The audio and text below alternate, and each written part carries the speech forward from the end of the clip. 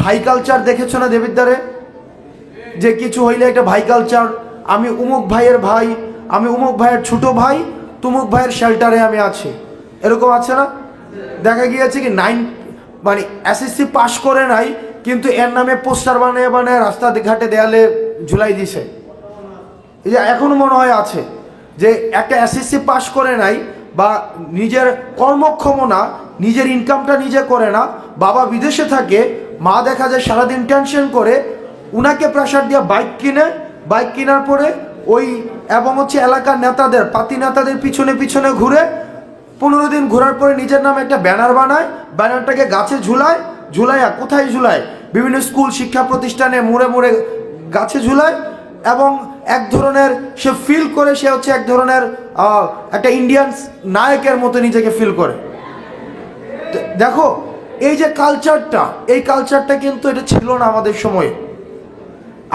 এই যে এখানে বাচ্চারা যখন উপজেলা পরিষদ থেকে আসছে, এই সামনে আমার শিক্ষক আছেন যারা আমাকে ক্লাসে পড়িয়েছেন, এই যে সবুর স্যার আছেন যিনি আমাদেরকে ইংরেজি পড়িয়েছেন, পীযুষ স্যার আছেন, এখানে জামাল স্যার আছেন, ওনাদের সরাসরি ছাত্র আমরা। আমাদের সময় আমি কেন ছাত্রদের পয়েন্টটা দিয়ে আগে শুরু করেছি, কারণ ভবিষ্যতের দায়িত্বটা আপনাদের উপরে। আমাদের পরবর্তী যে বাংলাদেশটা বিনির্মাণ করতে হবে, এই দায়িত্বটা হচ্ছে আপনাদের উপরে। এবং আপনারা জানেন আমাদের যে জাতীয় ছাত্র সংহতি সপ্তাহ শুরু হয়েছে, সেজন্য আমাদের রেসপন্সিবিলিটিটা আমাদের বোঝা উচিত যে আসলে আমাদের রেসপন্সিবিলিটি কি। আমরা এলাকার পাতি নেতার পিছনে পিছনে ঘুরে আমাদের কেরিয়ার নষ্ট করব, নাকি আমরা নিজেরা পড়াশোনা করে অথবা আমরা যেই কাজটা ভালো পারি, স্কিল ডেভেলপমেন্টের কাজটা যেটা ভালো পারি, এটা করে আমরা আমাদের নিজেদের কেরিয়ার ডেভেলপমেন্ট করব, এটা সিদ্ধান্ত আপনাদেরকে নিতে হবে। একটা কথা মনে রাখবেন, এলাকার কোনো পাতি নেতা, কোনো রাজনৈতিক নেতা, কোনো বড় ভাই, কোনো দলের নেতা আপনার কেরিয়ার কখনোই গড়ে দিবে না। আপনার কেরিয়ার সেটা আপনাকে নিশ্চিত করতে হবে। আমার সামনে আমার স্কুলের অসংখ্য বন্ধু এখানে আছে, যাদের মধ্যে কেউ ডাক্তার, কেউ আছে ইঞ্জিনিয়ার, কেউ বিদেশে সেটেলড, কেউ হচ্ছে এখন অ্যাডভোকেট, আমার ব্যাচমেট এইখানে আছে, এই রুমের মধ্যে আছে। আমাদের সময় কালচারটা দেবিদ্বারে ছিল কি, একটা কম্পিটিশন ছিল। আমি বারবার এই কথাগুলো বলি, অন্য ফোরামে বলার সুযোগ হয় না, কারণ তোমরা হচ্ছে দেবিদ্বার থেকে মানে এই ভূমিটাকে আলটিমেটলি কন্ট্রিবিউট করবা। এখানে হচ্ছে তোমরা পরবর্তীতে তোমাদের ইন্টালেকচুয়াল ইনভেস্টমেন্ট, তোমাদের হচ্ছে পরবর্তীতে তোমরা যেখানেই যাও না কেন, এটার আলটিমেট আউটকামটা দেবিদ্বারেই হবে। যেমন আমি যদি জেলে যাইতাম আজকে, আমার নামে যদি কয়েকটা মামলা হইতো, তাও কিন্তু হয়তো কি দেবিদ্বারের কুসন্তান, এটাই কিন্তু হইতো। মানে এই নামটা কিন্তু আমি কখনোই মুছে ফেলতে পারতাম না। সুতরাং দেবিদ্বারের প্রতি আমাদের দায়বদ্ধতা রয়েছে। এই দায়বদ্ধতার জায়গা থেকে তোমাদের কাছে একটা অনুরোধ থাকবে, 2009 পূর্ববর্তী সময়ে দেবিদ্বারে এক ধরনের যে কালচারাল একটা কম্পিটিশন ছিল, একাডেমিক একটা কম্পিটিশন ছিল, এই কম্পিটিশন আবার ফিরে যাও।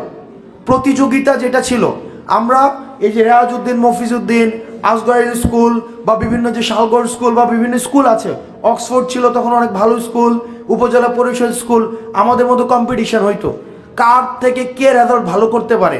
আমাদের আড্ডার জায়গাগুলো ছিল এই যে দেবিদ্বার সরকারি স্কুলের হচ্ছে উত্তর গেটে বা মাঠে, তারপর হচ্ছে উপজেলা পরিষদের এই পাশে এই ইউনিয়ন অফিসটা তখন এত গর্জিয়াস ছিল না, এই পাশে একটা নার্সারি ছিল। তো আমরা এখানে কথা বলতাম কে কত রেজাল্ট ভালো করেছে। তা আমাদের ব্যাচে যারা ফার্স্ট সেকেন্ড বয় তারা আজকে আমরা এখানে আছে। তো আমরা তো ফার্স্ট সেকেন্ড ছিলাম না, আমরা তাদের আলোচনাগুলো দেখতাম, এবং মোটামুটি বলা যায় আমার ব্যাচে যে ফার্স্ট ছিল সে এখানে আছে।